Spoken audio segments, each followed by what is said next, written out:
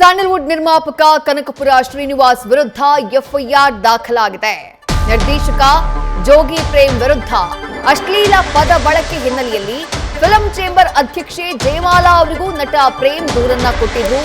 ಸುದ್ದಿಗೋಷ್ಠಿಯಲ್ಲಿ ಕಾಟನ್ಪೇಟೆ ಸುದ್ದಿಗೋಷ್ಠಿಯ ಸಂದರ್ಭದಲ್ಲಿ ಕನಕಪುರ ಶ್ರೀನಿವಾಸ್, ನಟ ಪುನೀತ್ ರಾಜ್ಕುಮಾರ್, ದರ್ಶನ್, ಪ್ರೇಮ್ ಸೇರಿದಂತೆ ಹಲವರಿಗೆ ನಿಂದಿಸುವಂತಹ ಕೆಲಸ ಮಾಡಿದ್ರು.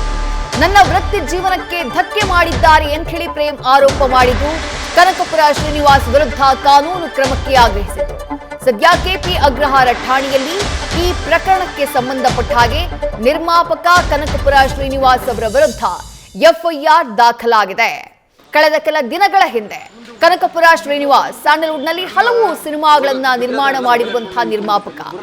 ಅವರು ಪ್ರೆಸ್ ಮೀಟ್ ನಲ್ಲಿ ನಟ ದರ್ಶನ್ ಅವರ ಬಗ್ಗೆ, ನಟ ಪುನೀತ್ ರಾಜ್ಕುಮಾರ್ ಅವರ ಬಗ್ಗೆ, ನಿರ್ದೇಶಕ ಪ್ರೇಮ್ ಬಗ್ಗೆ, ನಿರ್ದೇಶಕ ಎಪಿ ಅರ್ಜುನ್ ಬಗ್ಗೆ, ಹೀಗೆ ಹಲವರ ಬಗ್ಗೆ ನಿಂದಿಸುವಂತಹ ಮಾತುಗಳನ್ನ ಆಡಿದ್ರು. ಅಸಮಾಧಾನವನ್ನ ಬಹಿರಂಗವಾಗಿ ತೋಡ್ಕೊಂಡಿದ್ರು. ಸವಾಲ್ ಹಾಕುವಂತಹ ಕೆಲಸ ಎಲ್ಲ ಮಾಡಿದ್ರು. ಅವಾಚ್ಯ ಪದಗಳ ಬಳಕೆ ಬೇರೆ ಆಗಿತ್ತು.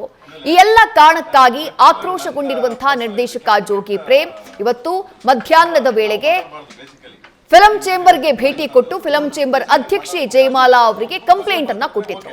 ಈ ಬಗ್ಗೆ ಕ್ರಮ ತೆಗೆದುಕೊಳ್ಬೇಕು, ನಾನಂತೂ ಅವರನ್ನ ಸುಮ್ಮನೆ ಬಿಡೋದಿಲ್ಲ, ಅವ್ರು ಎಷ್ಟೇ ದೊಡ್ಡವರಾಗ್ಲಿ ಅನ್ನುವಂತ ಮಾತನ್ನ ಹೇಳಿದ್ರು.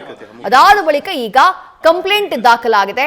ನಟ ಪ್ರೇಮ್, ನಿರ್ಮಾಪಕ ಕನಕಪುರ ಶ್ರೀನಿವಾಸ್ ವಿರುದ್ಧ ಕಾನೂನಾತ್ಮಕ ಸಮರಕ್ಕೆ ಮುಂದಾಗಿದ್ದಾರೆ. ಕೆಪಿ ಅಗ್ರಹಾರ ಠಾಣೆಯಲ್ಲಿ ಎಫ್ಐಆರ್ ದಾಖಲಾಗಿದೆ. ಇವ್ರು ಮಾತಾಡಿದ್ರಲ್ಲಮ್ಮ, ಇವ್ರು ನೋಡಿದ್ರಿ ವಿಡಿಯೋ ನೀವು ಮಾತಾಡಿದ್ದಮ್ಮ? ಎಲ್ಲಿವರೆಗೂ ಅಂದ್ರೆ ತಾಯಿ ಸ್ಥಾನದವರೆಗೂ ತಗೊಂಡೋಗಿ ಮಾತಾಡಿದ್ದಾರೆ. ತಾಯಿ ಅಂದ್ರೆ